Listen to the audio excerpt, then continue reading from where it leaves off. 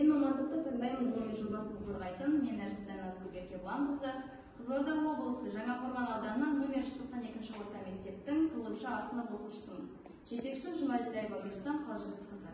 Мен мұғалім мамандығын таңдаймын. Алдымен мұғалім мамандық жайында кішкене айтып өтейін.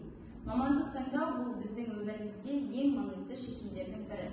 Мамандықты таңдауға бейжай қарауға мүлде болмайды. Халқымызда өмірде жарқындықты және де мамандық таңдаудан жаңылма деген бір аталы сөз бар емес пе? Осы сөзді негізге ала отырып, кез келген талапкер және де оның ата-анасы мамандық таңдауға жеті өлшеп бір рет кесе отырып таңдаса екен деймін. Алайда көп жағдайда бұны көпшілігіңіз ескермеңіз. Сол себепті жоғары оқуларын аяқтаған жастар жұмыссыз әрі жұмысқа тұруға мүлде құлшынбайды. Осындай жағдайдан жұмыссыздық пайда болады. Егер де кез келген адам өзінің мамандығын жүрек қалауы бойынша таңдайтын болса, ол мамандықтан жетістіктерге жете алады.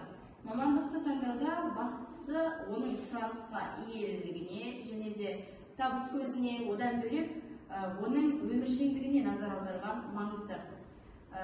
Қазіргі уақытта болашақта сұранысқа ие болатын мамандықтардың тізімі шықты. Сол мамандықтардың қатарына IT, педагогика және де маркетолог, яғни жарнама жүргізуші адамдар жатады. Егер осы мамандықтардың бірін таңдайтын болсаңыздар, олардың ішінен педагогикаға баса назар аударуды сұраймын. Себебі педагогика мамандығы ешқашан сұраныстан қалмайды, және де ол әр жерде де маңызды, қай уақытта болмасын, мұғалімдер бұл мемлекеттің ең негізгі бөлшектері болып табылады. Олар болмаса, мемлекеттің әрі қарай болашағы бұлыңғыр болады. Сол себепті мұғалім мамандығы ешқашан сұраныстан қалмайды. Бұл мамандықты мені тартатын тағы бір жағы, бұл мамандықта жоғарғы оқу орындарына түсуге гранттардың саны өте көп. Сол себепті мұғалімдікті таңдайтын болсақ, оқу орнына түсу жағынан еш қиналмауға болады. Және де мұғалім мамандығы туралы 2019 жылы Конституция қабылданған болатын, және де мұғалімдердің мәртебесі әрқашанда жоғары, үлкен құрметке ие. Оларда белгілі бір оларда демалыс уақыттары бар, және де жұмыс уақыты бар болғаны 4-6 сағатты құрайды. Одан бөлек тағы бір таңғалдыратыны жазғы демалыс уақыттары да беріледі.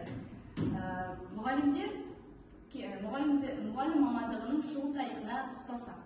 Мұғалім мамандығы 17 ғасырдан бастап тұрақтыланды.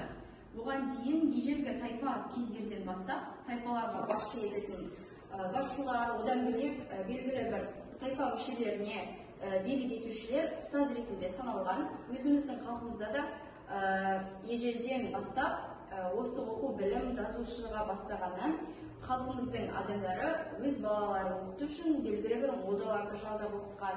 Еуропалық елдерде де солай. Еуропалық елдерде өз отбасының балаларын оқыту үшін арнайы оқытушыларды жалдаған. Сол арқылы осы мамандық 17 ғасырда тұрақты мамандық ретінде қарастырылды. Осы мамандық бойынша бізге белгілі тұлғалардың бірі Шәкәрім Құдайбердіұлының ұстазы Абай болған, ал Абылай ханның ұстазы Төле би болған, Бердақтікі Күнқожа, ал Жамбылдікі Сүйенбай болған. Ескендір Зұлхарнайынның елге белгілі екені анық, оның ұстазы Аристотель болған. Ол өзінің әкесінен ұстазын кем көрмейтіні жайында айтқан болатын. Оған әкесі өмір сыйласа, ал Аристотельден сол өмірді қалай сүретіні жайында мағлұмат алғандығы жөнінде өз сөзінде айтады.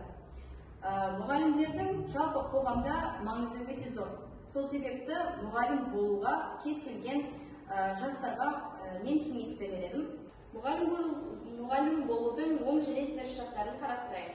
Мұғалім болудың оң жақтары: егер мұғалім болсаңыз, сіз баламен тұрақты түрде қарым-қатынас жасасасыз. Егер баланың тілін түсіне алатын болсаңыз, онда сізге жұмыс жасау өте оңай болады.